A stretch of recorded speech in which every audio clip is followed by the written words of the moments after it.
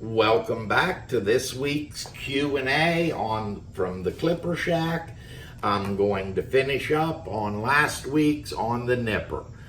The first thing you're going to do, once again, you check the handles. These appear to be tight. If they weren't, we'd do what we showed last week. We'd get them tight. Once they're tight, we are going to do the inside edges of this nipper. We open the nipper and we make the red area on the inside. We do it on both jaws. And now we are ready to move over and put them into the A-clamp. However, I'm going to cover what you will see after your initial touch or scratch test on this nipper. What we have are all the different things you could possibly see when you take this off the wheel. The white area here being the area that the red has been removed when we come off the wheel. Now, if we see this is the tip, this is the heel. What that is telling us, we don't have it lined up properly with the wheel. We're removing more material at the heel, less at the tip. When we move to the next one, the reverse is true. We've got the tip pushed too much into the wheel. We need to back the tip off. When we move to the next one down, we seem to be fairly even, but we're missing spots. What that's telling me is there are nicks or the tip is bent out and we're unable to touch it. So if we continue on, we will eventually end up with what we want. When we look at this, the cutting edge is up here and we're hitting below the cutting edge. That's telling me that we are set at too much angle. In other words, this nipper was at, say, 10 degrees and we have it set at 15 or 20.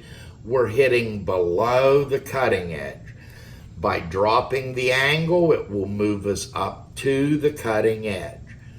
This is what we truly want to see. The cutting edge is here, a nice even cut all the way, and that will refresh the edge without changing the way they close. Now I'm going to move over to the machine. Okay, I'm placing the nipper in the machine, get it adjusted correctly. The handles are tight. Now I would have to move the machine. I happen to know this is a 15 degree. If not, I could have did a scratch test. Now, what I do is I come in, I line the nipper up with the wheel. You run it slightly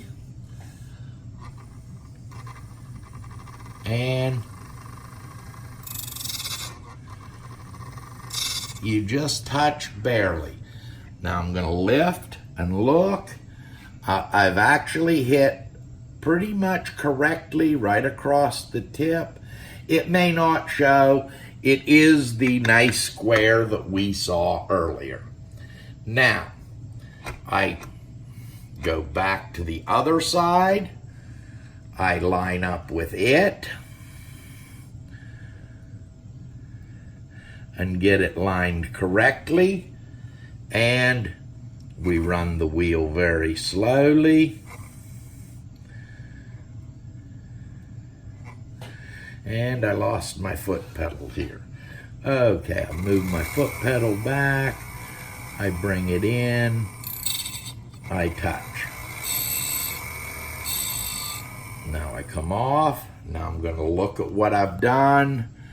And once again, I'm hoping we can actually see the nice straight bar on the wheel. Now, the inside of these nippers would be done. We would now move to doing the B-clamp. Now we're placing it in the B-clamp, just as I showed last week. We bring the motor back to the 0 position. We come in and we line up with it. Now, the one thing that can be very helpful here, do the exact same thing on the face of these nippers. Now that that's been painted, I can come in, line up with the wheel, get it the way I want it, run it slowly, and touch. Now, I'm going to pick this up, and if you see, it removed the red, all but a very small amount at the tip. What that's telling me is I'm not terrible on my angle, but I needed to just make a slight adjustment, putting the tip in slightly closer than it was. I remove, and now all the red is gone from the cutting jaws.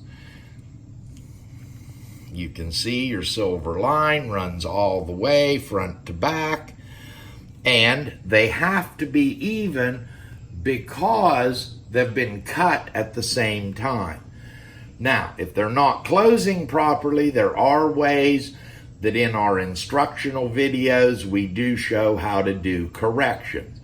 But at this point, this nipper would be ready for testing and sending back to the customer. Now back to the specific question from the customer. I can see where you've done extensive work on the outside. We want to do this after the sharpening process while avoiding the sharpened edge. So once you have a nipper that is sharp and cutting, if we want to, I'm going to call it cosmetically correct the outside and not make the flat too wide on the inside, we will come back over to the machine, and what I'm going to do is now, I'll do it on this side, you're going to work that outside, but never coming completely to your cutting edge. It's okay to have a slight flat line right at the cutting edge. We just roll over and do the cosmetic work without touching our edge. Now I'm going to do a little recap on the process. Tighten the joint first. Make sure that joint is tight. They will not cut properly until that is done. Once that is done, you can work your insides and outside edges, and there is a final step because this is a cuticle nipper. I would use a high-speed buffer on the Dremel with the compound that comes with the machine on a cloth wheel and polish the work I've done.